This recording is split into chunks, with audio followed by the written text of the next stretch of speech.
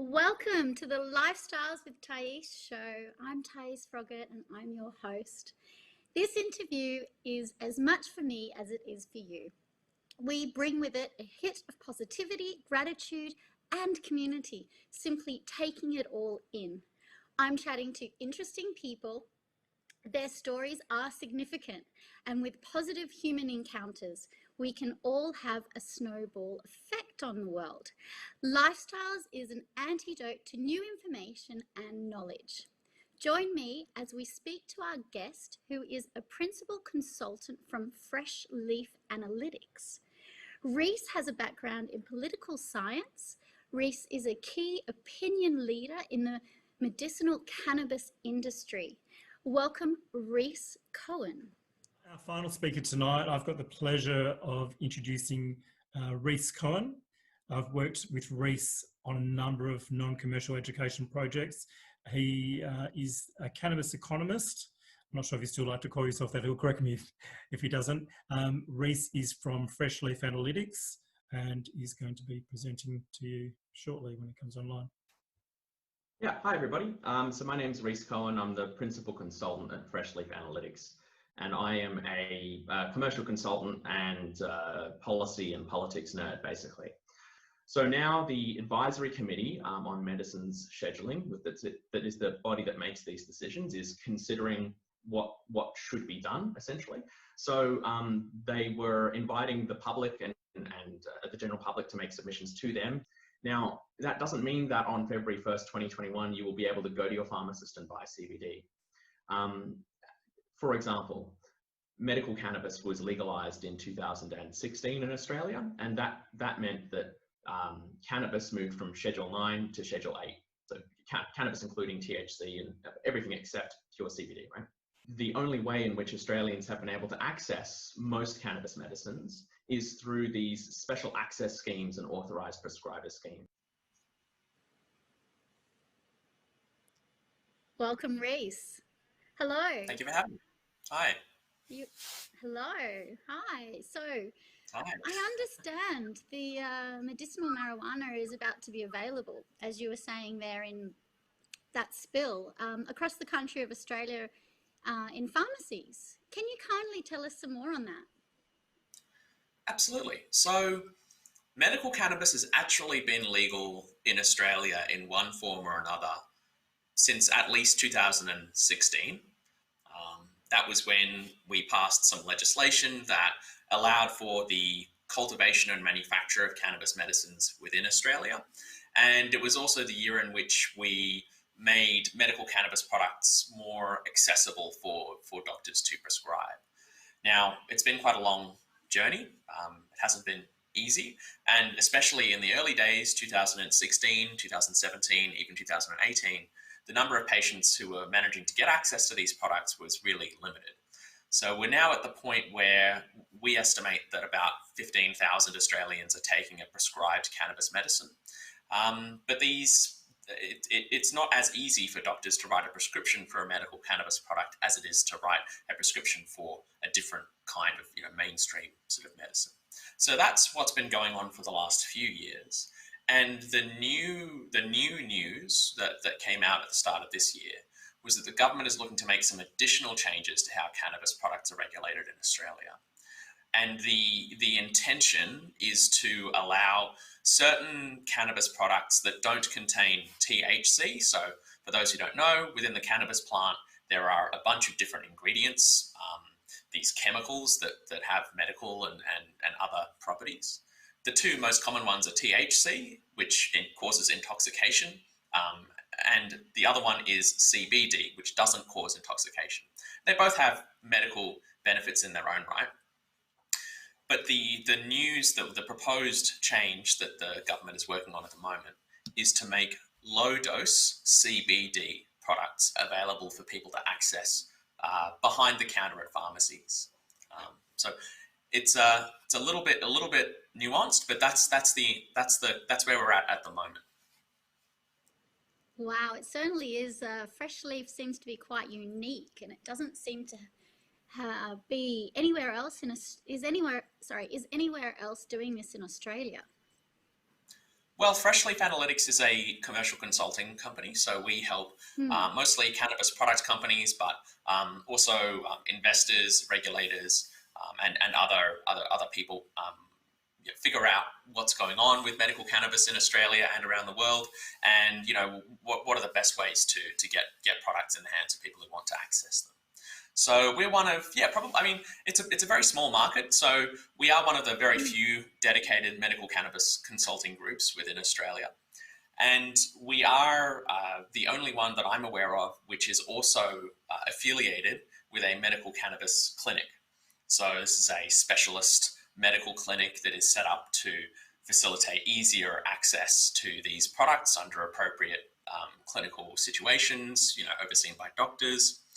And our relationship with this clinic allows us to access some quite detailed information on what products are like, what their pricing points are, who's being prescribed what products to treat which conditions, what kind of doses people are taking. And so we draw on those very rich data sets to provide some unique market insights for our clients. Sure. Okay. So, Rhys, tell me, why are you so passionate about this? Oh, gee, that's a good question. It's funny. I started off being interested in cannabis as a social justice issue when I was doing my university degree. It was a social science degree. And I ended up writing my honours thesis on the political and economic history of cannabis legalization or criminalization within the United States. So at that time in my life, I wasn't very interested in medical cannabis necessarily, but it happened to coincide, completing my honours thesis happened to coincide almost exactly with the commencement of Australia's legal medical cannabis industry. And so at that point in time, I thought, oh, well, I've got some expertise. I'm quite interested in cannabis as a social practice and as a commodity. I'll start working in the medical field and just see how I go. And since then, I've sort of come to had a revelation, basically, that you speak to enough medical cannabis patients in Australia, you hear enough of their stories and some of the genuine anguish and trauma that they've gone through because they haven't been able to access it or because the access pathways have been too horrific. And it sort of radicalizes you to some extent. So I'm now much more interested in the medical aspect of cannabis than the other aspects of cannabis. But that's sort of how I ended up getting into the field, I guess. Oh, thank you for sharing that. And tell me, what qualifies someone to be able to access such a product? Yeah, that's a really good question. So in other places around the world, everywhere regulates cannabis differently, which is confusing enough in its own right. So people might be familiar with, in some places within the United States, for example, where you go to a pot doctor and they give you a card or a recommendation of some kind, and then you take that to a store called the dispensary, and it doesn't look or feel very much like a medical consultation or that you're accessing a medical product. So that's not the situation in Australia. In Australia, it's a doctor's decision to prescribe a specific medical product that contains cannabis ingredients to you as a patient. And the most common way for that to happen is for a doctor to request permission from the federal government to issue you with a prescription. That request that they make to the federal government should lay out, why that doctor believes that you as a patient are suitable for this kind of treatment, what condition you have, your medical history, and an explanation of why they think this product is appropriate for you and how they're going to be monitoring you for side effects and whatnot. So in theory, in Australia, anyone might be suitable for cannabinoid therapy, but it's up to the individual doctor to make a case to the regulator as to why they believe it would be important or necessary. So in some other places around the world, they have a list of conditions, this is approved, that's not approved, you can get cannabis for this, but not that. But in Australia, there's no such list. There are conditions for which there is more evidence or less evidence, and you may be more or less likely for a doctor to seek and receive an approval for treating that condition. But there's no, you must have X, Y, and Z in order to qualify in Australia. And tell me, is this product affordable? No, I wouldn't say it's affordable.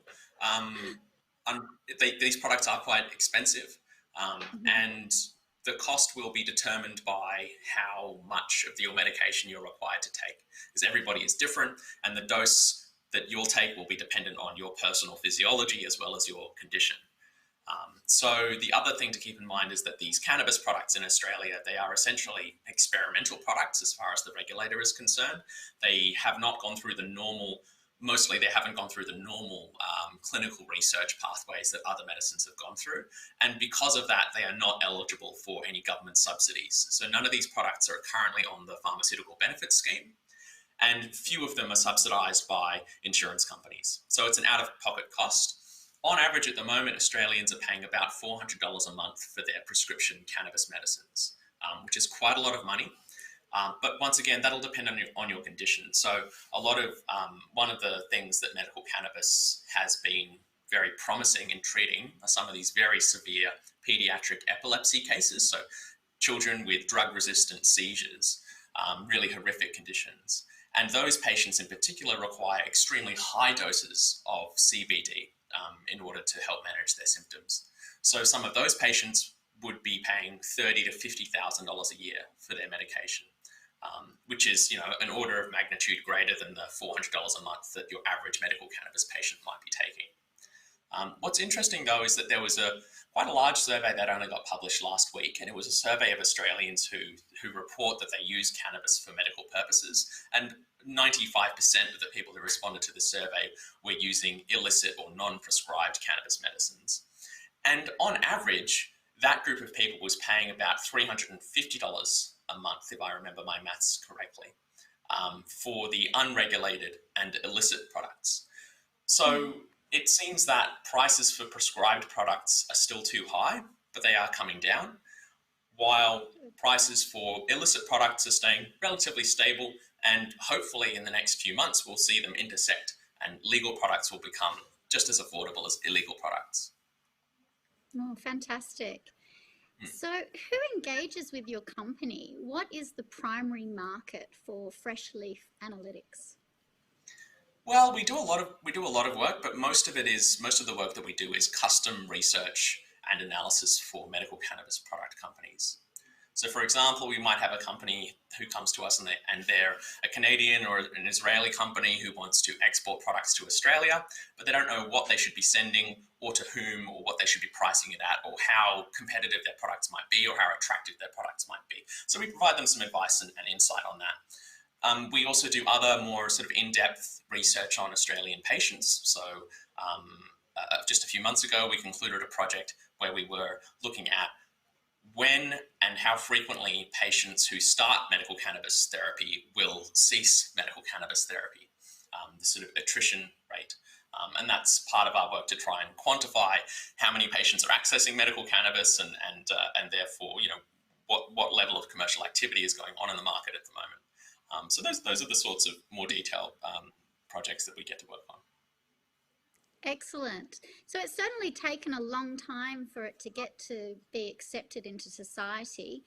You must feel a sense of satisfaction to get it to this point and for it to be so legal. And what are your thoughts on that? It's important, honestly, and I think this is the case for most people who work in and are exposed to medical cannabis in Australia. It's actually more frequently it's a sense of frustration than optimism. I mean, you're absolutely right. When you take a step back and you look at the grand scheme of things, we have actually made quite tremendous progress in a very short period of time. But when you're, constantly speaking with and engaging with people who continue to find it impossible to make the system work for them, it does wear you down, I must say, after some time. So it's certainly not an easy field to work in. I don't think anyone who works in this field does it because it's easy necessarily. They do it because they're very passionate about the work that they do. Yeah. Love that. Sharing yeah, exactly. You're doing it because you're passionate about it. And I guess I was going to ask some of the challenges that you may have faced with it, and have you had a lot of backlash I think you kind of answered that, and how it's been so controversial for this topic for so many years. It is interesting, isn't it? I think, I mean, what's really interesting is that medical cannabis has always enjoyed, or at least in the last decade, has enjoyed very high popular support. So I think Australians are able to easily distinguish between medical cannabis and non-medical cannabis, or medical use and non-medical use. And people have their own views about non-medical use, and that's fine. But the vast majority of Australians, I think over 90% of Australians in one survey that was conducted several years ago, are in support of medical cannabis. And in fact, the legislation that legalised the domestic cultivation and manufacture of cannabis medicines in Australia received unanimous support within Parliament. So there wasn't a single vote against that piece of legislation, and there wasn't a single politician who spoke out against the passage of that legislation. And it actually passed in record time. I think it set a record for the quickest assent for a new piece of legislation. So, you know, it's all very well. I think the challenge is it's all very well and good to support the idea of medical cannabis, but implementing a medical cannabis scheme is very challenging. You know, one of the challenges that people experienced in addition to the high cost has been, you know, the fact that doctors don't know much about medical cannabis. They haven't been trained in it. They're not prepared to, many of them don't have the time or the energy or the interest to educate themselves on cannabis medicines and how to, you know, navigate this somewhat complex regulatory environment in order to get access for their patients. That's why the clinics have been so important. So CA Clinics, which is the clinic that I'm affiliated with, you know, that's been up and running for many years, I think since 2016, 17 even. And the idea is just to provide a place where people can go, where they know that there are doctors who are very experienced and trained in the medical use of cannabis, and, you know, an organisation that has back office support to help with all of the paperwork, which can be quite onerous. So that's been an important part of the medical cannabis journey in Australia, I think, is the rise of the clinics. And there are other clinics as well available. Thankfully now it's also possible for most specialist general practitioners in Australia to pursue this scheme should they want to. So it's simply about having the time, the interest and the energy to educate themselves. Well, it's certainly been topical, and so many of us appreciate the efforts taken to getting it to this point. And thank you, Rhys, for sharing your time with us today. I found it very informative. My pleasure. Thank you for having me. You're welcome. With so much proof on its benefits and how it can help us, it's a surprise it's taken so long to put it into place.